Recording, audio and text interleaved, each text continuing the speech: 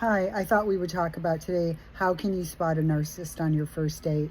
And I know for me, I saw these signs in retrospect. And the first one was unbelievably charming, love bombing, future forwarding. I could be here on Wednesdays. It's like, well, I didn't really ask you about Wednesday.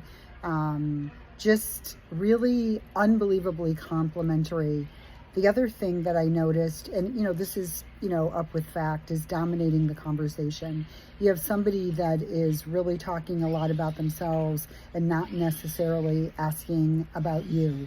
And in that, there's this lack of empathy that you may be talking about something and they're not really experiencing it or showing interest in it. There's a lack of empathy because they actually lack empathy because of, they don't know how to self-reflect.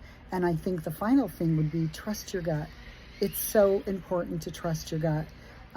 If I look back to a myriad of people that I've dated that have been narcissists, there have been these red flags. And I think I was so, like, they chose me. They wanted me. They're being overly nice to me.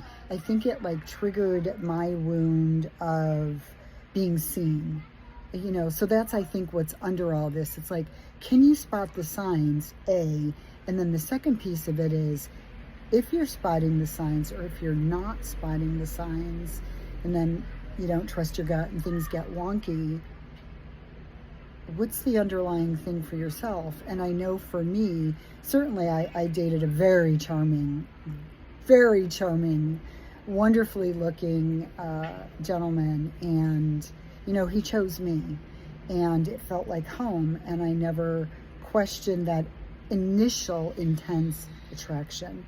And it's funny because I know I started this talking about my experience and journal on online dating, but the truth is, when I meet someone and have gone out on a date, if I'm feeling that instant attraction, or I'm even seeing it online, that is actually a warning sign for me now, because I know I'm still wired to that, and that I actually need to take the time to ask more questions to really assess what this is about. Is this that instant attraction? What is it based on? So when we think about those warning signs and looking at it, then tie that into looking inward and where's that initial, you have attraction for somebody, and trust me, that attraction feels great and you can go a long way with it, but it's not based on anything. And so I'm putting this out there so you